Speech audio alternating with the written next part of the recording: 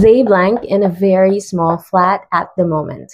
Live, lives, are living, have been living. Dito, meron tayong at the moment. Ibig sabihin ngayon, kasalukuyan. Nagbibigay siya ng sense na hindi permanent address yung sinasabi ng sentence na to, kundi for now, eto yung tinitirahan nila. Nasa maliit lang silang apartment, pero siguro in the future they have plans na lumipat or bumili ng sariling bahay or kahit ano pa yun. So meron tayong temporary situation here. At kung meron tayong temporary na situation ngayon, ang gagamitin natin ay present progressive.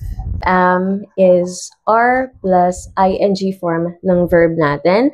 Since meron tayong they, ang gagamitin natin ay are plus ing form ng live. So that's letter C, are living. They are living in a very small flat at the moment.